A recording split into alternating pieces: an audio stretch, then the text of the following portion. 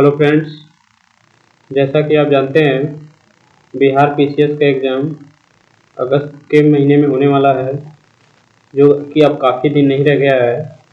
तो इसलिए आपका बिहार स्पेशल काफ़ी ज़रूरी हो जाता है, एक काफ़ी बिग फैक्टर हो जाता है आपके एग्ज़ाम निकालने में और ना निकालने में, क्योंकि जो डिसाइडिंग फैक्टर होता है वो आपका बिहार स्पेशल होता है। क्योंकि जनरल क्वेश्चन लगभग सबका एक लगभग सेम ही आता है, लेकिन जो बिहार स्पेशल होता है वो डिसाइडिंग फैक्टर होगा। आप इसमें जितना अच्छा करेंगे आपका उतना अच्छा चांस रहेगा कि आप एग्ज़ाम को क्लियर कर जाएं। तो दोस्तों, इसी को ध्यान में रखते हुए हमने बिहार इकोनॉमिक सर्वे के कुछ फैक्ट्स को लिए हैं और उन्हीं फैक्ट्स को लिए हैं जो आपके एग्ज़ाम के लिए काफ़ी ज़रूरी है। और आई होप कि आपको ये सेशन काफ़ी हेल्पफुल होगा और ये आपके लिए काफ़ी मददगार भी होगा। तो आइए बिना किसी देरी के स्टार्ट करते हैं और देखते हैं कुछ ऐसे क्वेश्चंस जो आपके बिहार एग्ज़ाम के लिए यूपीएससी के लिए खास तौर पे काफ़ी इम्पोर्टेंट है। तो आइए दोस्तों देखते हैं बिहार इकोनॉमिक सर्वे से रिलेटेड कुछ फैक्ट्स जो हमारे एग्ज़ाम के लिए इम्पोर्टेंट हैं। तो दोस्तों, बिहार स्टेट की जो जीडीपी है वो 2.5% से इंक्रीज हुई है 2020-21 में। वही दूसरी ओर दोस्तों, जो इंडिया की जीडीपी है वो 7.2% से डिक्रीज हुई है या श्रिंक हुई है वही सेम पीरियड 2020 और 21 में। और दोस्तों, बिहार के जीडीपी की साइज़ की बात की जाए तो बिहार की जो जीडीपी है वो 6,18,630 करोड़, वो भी करंट प्राइस पे है, याद रखिएगा ये करंट प्राइस। और जो कंस्टेंट प्राइस था, जो बेस ईयर आपका 2011 और 12 है, उस पर आपका जो जीडीपी है वो 4,19,880 करोड़ रहा। और दोस्तों, एक्सपेंडिचर की बात की जाए 2020 और 21 में जो एक्सपेंडिचर है बिहार सरकार का वो 13.4% से बढ़ा है पिछले साल के कंपेयर में। अगर रुपीज़ के टर्म में इसको देखा जाए तो ये है आपका 1,65,696 करोड़ रुपये रहा, जिसमें से दोस्तों 26,203 करोड़ जो है आपका कैपिटल एक्सपेंडिचर पे हुआ है। और दोस्तों 1,39,493 करोड़ जो आपका हुआ है वो रेवेन्यू एक्सपेंडिचर पे हुआ है। कैपिटल एक्सपेंडिचर दोस्तों जो आपको फिजिकल फॉर्म में हो वो आपको कैपिटल एक्सपेंडिचर में आएगा, जैसे आपका रोड हो गया, इंफ्रास्ट्रक्चर हो गया, बिल्डिंग हो गई कोई भी, तो वो आपका कैपिटल एक्सपेंडिचर होता है। सरकार ने इस पर कम खर्चा किया है। और रेवेन्यू एक्सपेंडिचर में सरकार ने बहुत ज़्यादा खर्चा किया हुआ है। रेवेन्यू एक्सपेंडिचर में दोस्तों जैसे आपका सैलरी, पेंशन जो भी बनते हैं को रेवेन्यू एक्सपेंडिचर में काउंट किया जाएगा। तो इस पर सरकार ने काफ़ी ज़्यादा खर्चा किया है, वो 1,39,493 करोड़ है। और दोस्तों, बिहार की पर कैपिटा इनकम की बात की जाए, ये भी इम्पोर्टेंट है। 50,555 रुपये रहे 2020-21 में। वही दोस्तों, इंडिया की अगर बात की जाए पर कैपिटा इनकम की तो वो आपका एवरेज है 86,659 रुपये रहे। नेक्स्ट जो दोस्तों हैं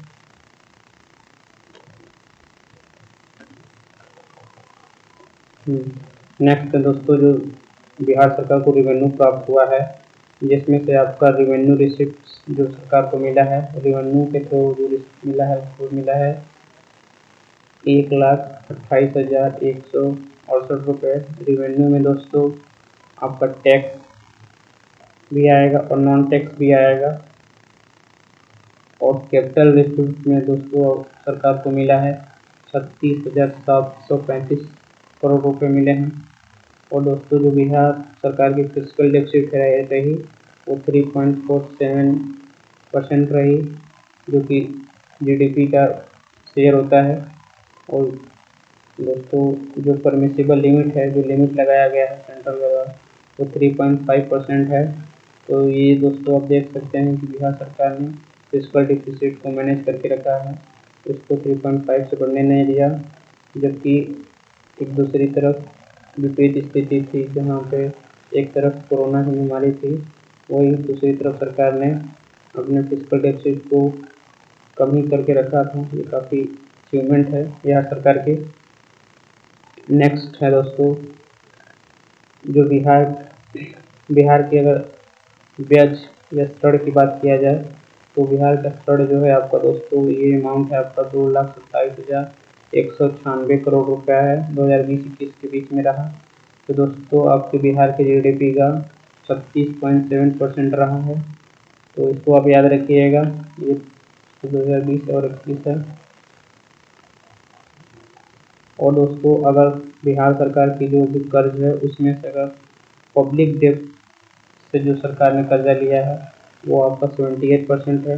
याद रखिएगा दोस्तों, पब्लिक डेब्ट जैसे सरकार ने बैंक, जो भी पर्सन डिपॉजिट करता है बैंक में, उससे उसके थ्रू लिया हो या कोई इंश्योरेंस के थ्रू लिया हो, तो इस तरीके से जो भी पैसे पब्लिक से लिया होगा सरकार ने, वो उसमें जो शेयर है आपका वो 78% है।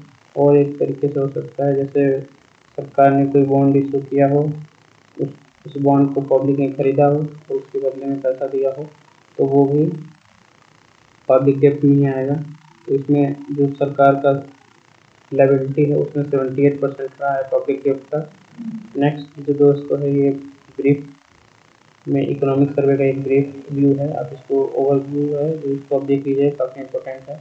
तो बिहार की GDP इतना बड़ा है मैंने बता चुका है 2.5, और ये करंट प्राइस ये भी मैंने बता दिया है। और ये NSDP है जो नेट डोमेस्टिक प्रोडक्ट, NDP है स्टेट का, ये लगभग नहीं पूछता है लेकिन GDP पूछता ही है, तो आप इसको याद रखिएगा। बिहार की GDP करंट प्राइस पे और कॉन्स्टेंट प्राइस दोनों। और ये चीज़ और दोस्तों यहाँ पे आप मेंशन है कि प्राइमरी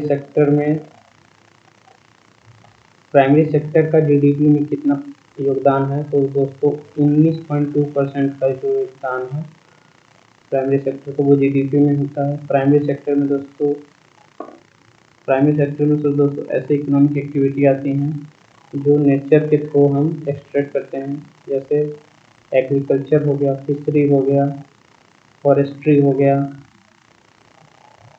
और पशुपालन हो गया, ये आपका प्राइमरी सेक्टर में आएगा। माइनिंग भी आ जाएगा आपको प्राइमरी सेक्टर में। और दोस्तों सेकेंडरी सेक्टर में वही प्राइमरी सेक्टर की जो प्रोसेसिंग किया जाता है वही आपको मैन्युफैक्चरिंग और प्रोसेसिंग इंडस्ट्री, ये आपका सेकेंडरी सेक्टर में आएगा, जो कि 19.5% योगदान होता है बिहार के GDP में।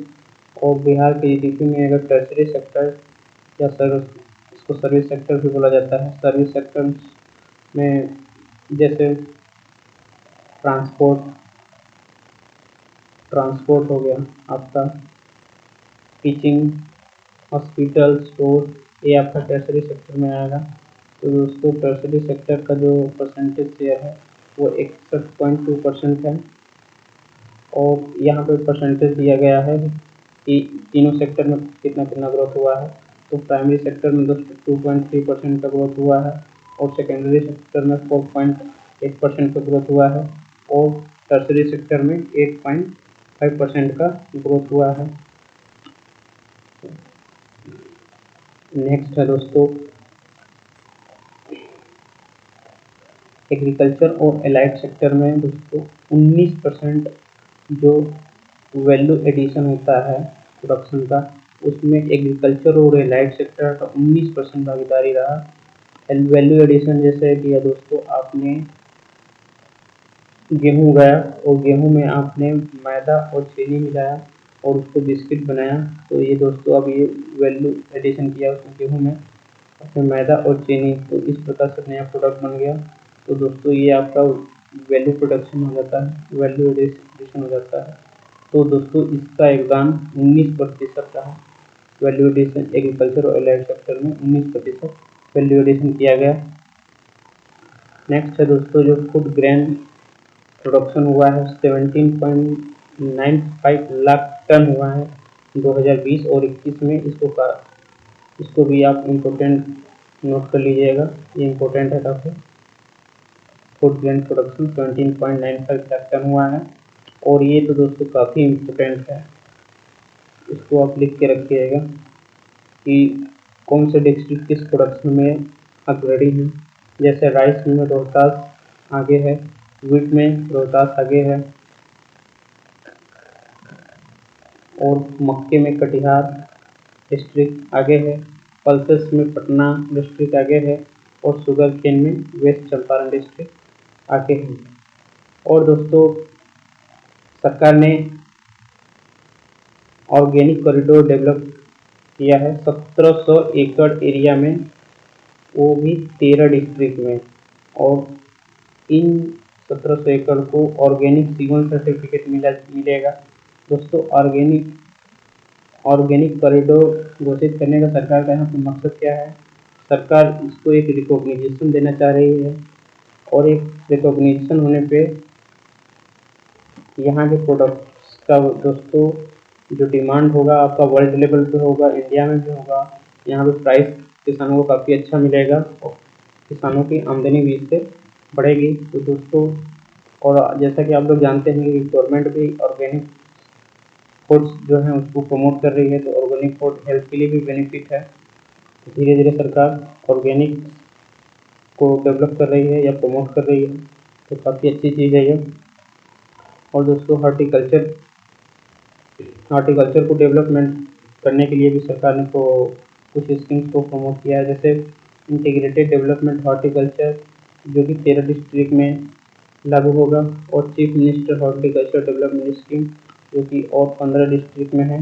इसके थ्रू दोस्तों क्लस्टर बेस्ड हॉर्टिकल्चर प्रोडक्शन किया जाएगा। क्लस्टर बेस्ड दोस्तों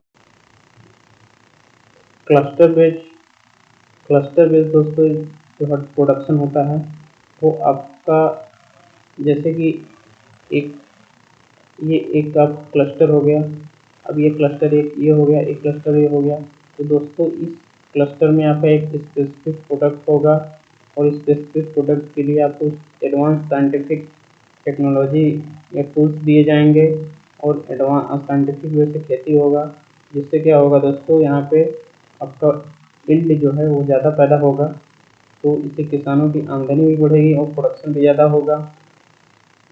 तो क्लस्टर भी इसीलिए सरकार प्रमोट करती है। रूफटॉप गार्डनिंग, जिसमें आप अपने छत के ऊपर ही गार्डनिंग को करेंगे, और इसके लिए दोस्तों आपको 90% सब्सिडी फार्मर को सरकार देगी। और नेक्स्ट दोस्तों जो है, सरकार बिहान मोबाइल ऐप लॉन्च कर चुकी है, जो कि डिपार्टमेंट ऑफ एग्रीकल्चर के द्वारा इसको लॉन्च किया गया है।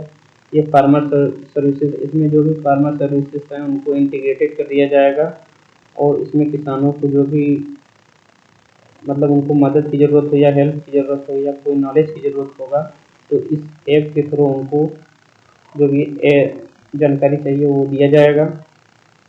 और दोस्तों ये बताया जा रहा है कि एग्रीकल्चर और एलाइड सेक्टर में 2.1% से 5 सालों में ग्रोथ हुआ है, एवरेज 2016-17 से 2020-21 के बीच में। और दोस्तों उसके सब सेक्टर की बात किया जाए, एग्रीकल्चर एलाइड सेक्टर में अगर बात किया जाए तो लिव स्टॉक और फिशरी में 10% और 7% की बढ़ोतरी हुई है पिछले 5 सालों में,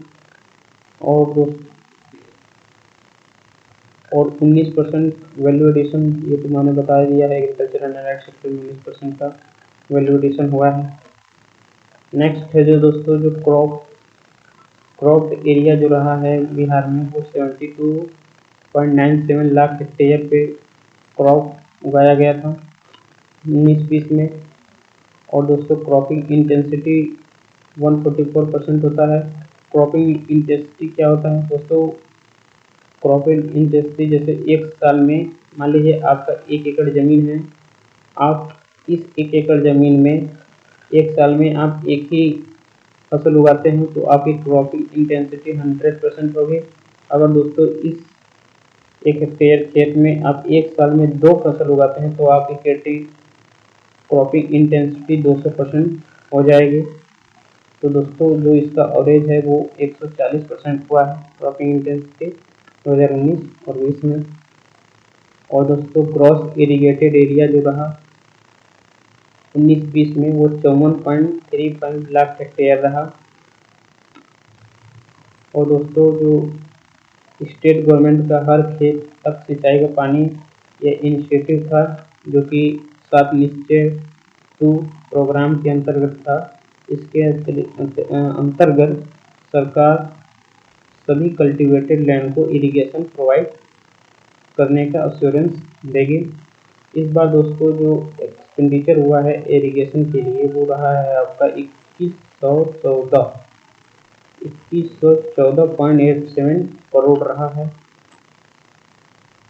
और दोस्तों नेक्स्ट स्कीम जो हुआ है जल जीवन हरियाली कैंपेन, इस स्कीम के थ्रू दोस्तों जो ट्रेडिशनल वाटर सोर्सेस हैं, जैसे आप तालाब हो गया, नदी नाले या वेस्टलैंड जैसे प्लेसेस को सरकार रिस्टोरेशन कराएगी। और दोस्तों सरकार का अनुमान है कि इस रिस्टोरेशन के थ्रू सरकार 1.2 लाख हेक्टेयर एरिया को इरिगेट करेगी इस रिनोवेशन के थ्रू। नेक्स्ट जो दोस्तों है वो ये इम्पोर्टेंट आपका बन जाता है leading district in fish production. जो फिश प्रोडक्शन में कौन कौन से डिस्ट्रिक्ट आगे हैं तो वो आपका है मधुबनी, दरभंगा और ईस्ट चंपारण। ये डिस्ट्रिक्ट आपके फिश प्रोडक्शन में अग्रणी हैं। और दोस्तों वही बात किया जाए फिश प्रोडक्शन का, तो इस साल दोस्तों फिश प्रोडक्शन जो हुआ है 6.83 लाख टन हुआ है 2020 और 21 के बीच में। और दोस्तों जो प्राइम मिनिस्टर मत्स्य संपदा योजना है उसके अंतर्गत 14.76 करोड़ रुपया बिहार के लिए अप्रूव हुआ है 2020 और 21 में। और दोस्तों जो मिल्क प्रोडक्शन जो हुआ है इस बार वो हुआ है आपका 115.01 लाख टन हुआ है, इसको याद रखिएगा 2020 और 21 में हुआ है। और जो अंडा का प्रोडक्शन हुआ है वो हुआ है आपका इस साल 301.32 करोड़ टोटल अंडे का उत्पादन हुआ है। और जो कि अगर 2016-17 में देखा जाए तो वो 111.17 करोड़ हुआ था। और ये दोस्तों एनुअल ग्रोथ रेट आप देख सकते हैं 32.4% एनुअल ग्रोथ रेट हुआ है, तो काफ़ी बड़ी ग्रोथ रेट है ये। नेक्स्ट है दोस्तों जो काफ़ी अट्रैक्टिव इंडस्ट्री रहा इस बार वो रहा आपका ethanol, food processing and renewable energy.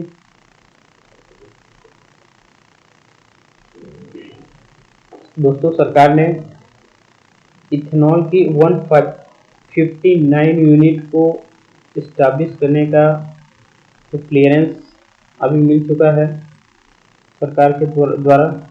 और इस यूनिट में दोस्तों 32,454.16 करोड़ का इन्वेस्टमेंट आया है, जो कि बिहार में जो भी इन्वेस्टमेंट आया है उसका 57% इन्वेस्टमेंट इस यूनिट में हुआ है, जो कि मान सकते हैं कितना इम्पोर्टेंट है ये इथेनॉल सेक्टर।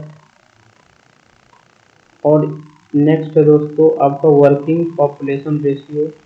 ये दोस्तों आपके इकोनॉमिक सर्वे में दिया हुआ था, तो ये आपको डेफिनेशन इसका पूछ सकता है। तो इसका जो डेफिनेशन होता है दोस्तों कंट्री की जो वर्किंग पॉपुलेशन है कि वर्किंग पॉपुलेशन 15 से 59 एज के बीच के ग्रुप में होते हैं, वो होते हैं वर्किंग पॉपुलेशन। से टोटल जो पॉपुलेशन होता है स्टेट का वो और इंटू 100 करने पे जो आता है रेशियो उसको बोला जाता है वर्कर पॉपुलेशन रेशियो। नेक्स्ट है दोस्तों जो बिहार में रोड डेंसिटी, जो रोड का डेंसिटी रहा है वो रहा है आपका 3086 किलोमीटर पर 1000 स्क्वायर किलोमीटर। ये जियोग्राफिकल एरिया और ये आपका कंट्री के 3rd पोजीशन पे आया है आफ्टर केरला और वेस्ट बंगाल के बाद। ये याद रखिएगा 3rd पोजीशन पे ये रहा है। इसमें रोड डेंसिटी में ये थर्ड पोजीशन पे, और जो नेशनल एवरेज जो रहा है दोस्तों वो 1617, ये इम्पोर्टेंट है और ये रैंक थर्ड। तो ये भी पूछा जा सकता है आपका, ये डेंसिटी कितना है, ये दोनों मुश्किल है कि पूछा जाए। और दोस्तों एनर्जी कंजप्शन की बात किया जाए तो पर कैपिटा जो एनर्जी कंजप्शन हुआ है वो 350 किलोवाट हुआ है 2020 और 21 में, और 2023 किलोवाट हुआ था 2014 और 15 में। और जो ग्रोथ हुआ है टोटल 6 सालों में वो हुआ है 22.4% हो गया है ग्रोथ। 2003 से 2050 तक आने में 22.4% का ग्रोथ हुआ है। और दोस्तों ट्रांसपोर्ट, स्टोरेज और कम्युनिकेशन के क्षेत्र में 14.4% का ग्रोथ हुआ है 2011 से 20 के बीच में। नेक्स्ट है दोस्तों, और दोस्तों जो अगर ग्रोथ रेट की बात किया जाए तो ट्रांसपोर्ट, स्टोरेज और कम्युनिकेशन में ग्रोथ रहा है दोस्तों 10.3%। और इसी पीरियड में अगर इंडिया की बात किया जाए तो इंडिया में ये नेगेटिव ग्रोथ रहा है, और जबकि बिहार स्टेट में 10.3% ग्रोथ किया है, वो भी पॉजिटिव में। काफ़ी अच्छी अचीवमेंट है बिहार सरकार की। नेक्स्ट है दोस्तों हम लोगों का कि ट्रांसपोर्ट सेक्टर, ये तो हमने देखी है, जो ट्रांसपोर्ट सेक्टर है वो 10.7% से एनुअली ग्रोथ हुआ है पिछले 10 साल में। और रेलवे जो ग्रोथ हुआ है 5% एनुअली हुआ है ग्रोथ। और वाटर ट्रांसपोर्ट 5.2% ग्रोथ हुआ है एनुअली इन 10 ईयर्स। और सर्विसेज एक्सीडेंटल ट्रांसपोर्ट जैसे आपका एम्बुलेंस इस तरीके से जो होते हैं वो 11.8% से इंक्रीमेंट हुआ है। और रोड ट्रांसपोर्ट 12.1% से बढ़ा है। और एयर ट्रांसपोर्ट जो कि सबसे ज़्यादा बढ़ा है वो है आपका 24% सेम पीरियड, यानी 10 सालों में इतना एवरेज एनुअली ग्रोथ हुआ है। और दोस्तों सोलर स्ट्रीट लाइट स्कीम, ये स्कीम पूछा जा सकता है किसके द्वारा इम्प्लीमेंट किया जाएगा, तो ये ग्राम पंचायत के द्वारा इम्प्लीमेंट किया जाएगा। और ये दोस्तों ये स्कीम जो है आपका स्वच्छ गांव समृद्ध गांव स्कीम के अंतर्गत आता है। और इसके अंतर्गत दोस्तों सोलर लाइट लगाए जाएंगे गाँव में। नेक्स्ट है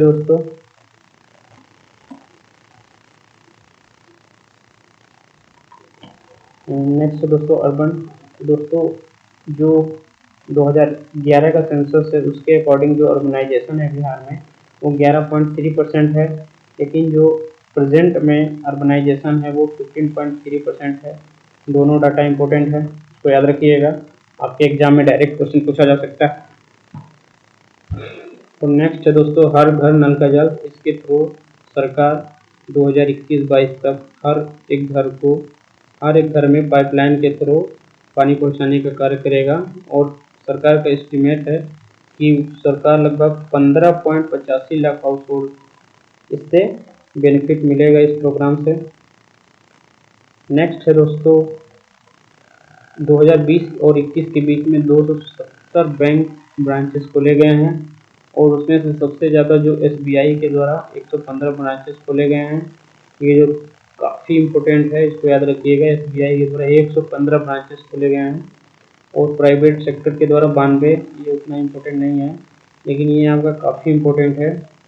और कुछ छोटे प्लेयर्स ने भी हमने ब्रांचेस खोले हैं जो कि इतना इम्पोर्टेंट नहीं है, लेकिन ये आपको काफ़ी इम्पोर्टेंट हो जाता है क्योंकि बहुत बड़ा अमाउंट है 115। नेक्स्ट है दोस्तों total fertility rate. Fertility rate मतलब एक फीमेल अपने जीवन काल में कितने बच्चे को पैदा कर सकती है, ये दिखाता है आपका फर्टिलिटी रेट। तो दोस्तों जो इंडिया की फर्टिलिटी रेट वो एक्सपेक्टेड किया गया है 1.7 हो जाएगी वो 2031 और 35 के बीच में। और दोस्तों अभी जो है 2016 से 2020 के बीच में 2.1 रहा, और दोस्तों अगर बिहार के केस में देखा जाए तो बिहार के केस में ये अभी 2016 और 20 के बीच में 3.2 रहा, और ये कहा जा रहा है कि 2031 और 35 के बीच में आपका 2.4 पहुँच जाएगा। फिर भी अभी 2% से ज़्यादा है, मतलब अभी भी यहाँ की जनसंख्या बढ़ेगी। नेक्स्ट है दोस्तों एक्सपेंडिचर, जो सोशल सर्विसेज में एक्सपेंडिचर हुआ है वो 34.4% इंक्रीज हुआ है। ये इतना इम्पोर्टेंट नहीं है इसमें डाटा। नेक्स्ट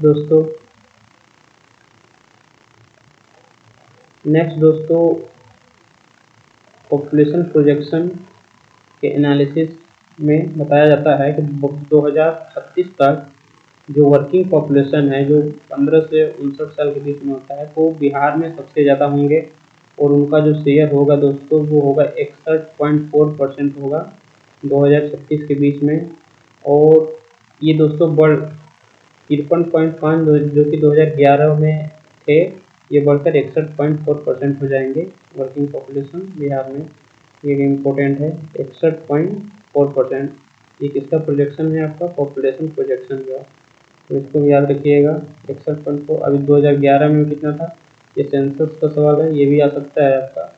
2011 सेंसस के हिसाब जो 53.5% पॉपुलेशन वर्किंग पॉपुलेशन है बिहार के। और दोस्तों अगर इल्डरली पॉपुलेशन की बात की जाए तो वो इल्डरली पॉपुलेशन की भी संख्या बढ़ेगी, लेकिन वो मिनिमम होगा 6.3 2011 से 10.9% हो जाएगा 2036 में। नेक्स्ट दोस्तों बताया जा रहा है कि बिहार में जो लाइफ एक्सपेक्टेंसी जो है वो 68.1 से बढ़कर 69.1, मतलब एक साल आपका बढ़ जाएगा 2014 से 2018 तक।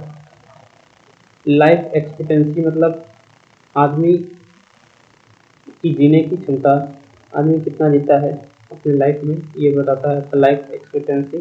ये एवरेज होता है बर्थ से वो कितने साल तक जी सकता है। नेक्स्ट है दोस्तों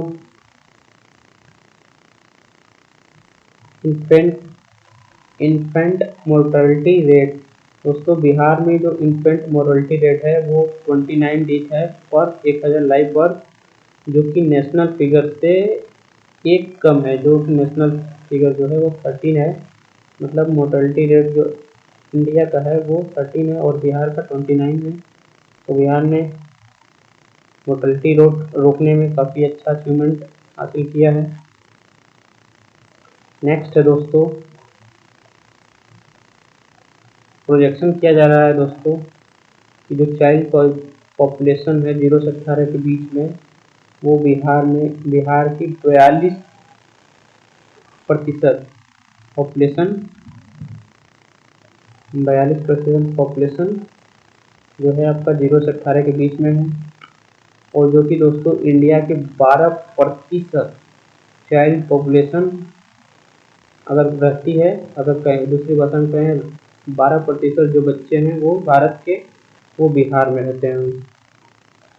तो दोस्तों नेक्स्ट फैक्ट है दोस्तों चाइल्ड बजटिंग, जो बिहार में स्टार्ट किया गया है वो किया गया है आपका 2013 से 14 के बीच में।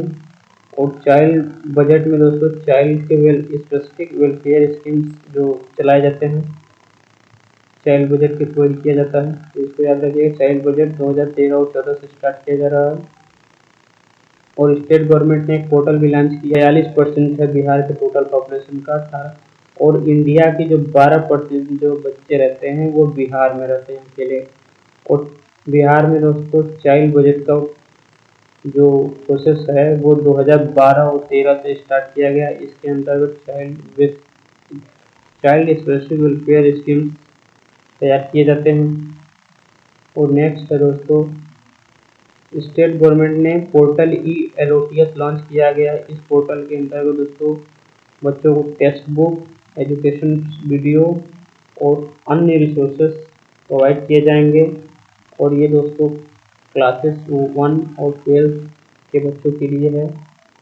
नेक्स्ट है दोस्तों फॉरेस्ट सर्वे, देख लेते हैं। फॉरेस्ट सर्वे भी काफ़ी इम्पोर्टेंट है आपका।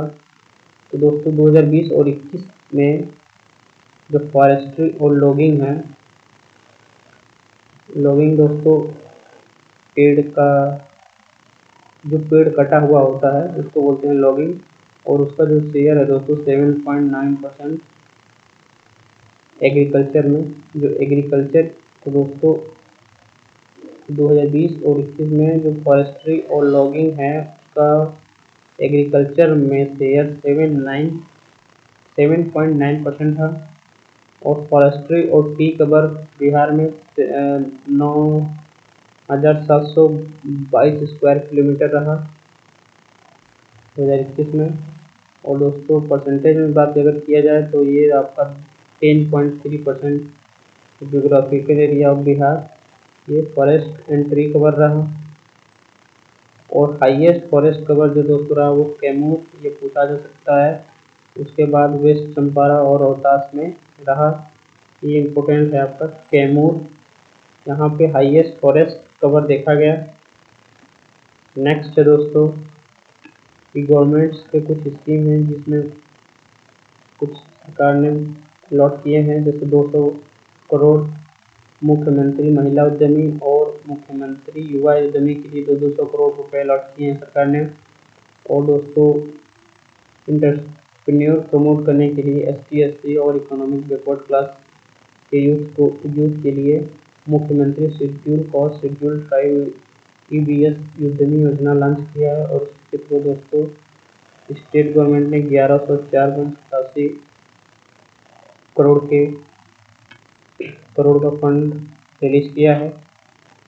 नेक्स्ट है दोस्तों जो बिहार की डिपेंडेंसी रेशियो सबसे हाईएस्ट है 62% है, जो कि नेशनल एवरेज है आपका 46.4% रहा है। और बिहार की जो डिपेंडेंसी रेशियो है वो 62% है, तो भी याद रखिएगा। नेक्स्ट दोस्तों नेक्स्ट है हम लोगों का अनएम्प्लॉयमेंट रेट, जो अर्बन बिहार में अनएम्प्लॉयमेंट रेट 8.9% है मेल के लिए और 12.6% फीमेल के लिए ये अनएम्प्लॉयमेंट रेट है। और दोस्तों अनएम्प्लॉयमेंट रेट 50 से 59 एज ग्रुप के बीच में निकाला जाता है।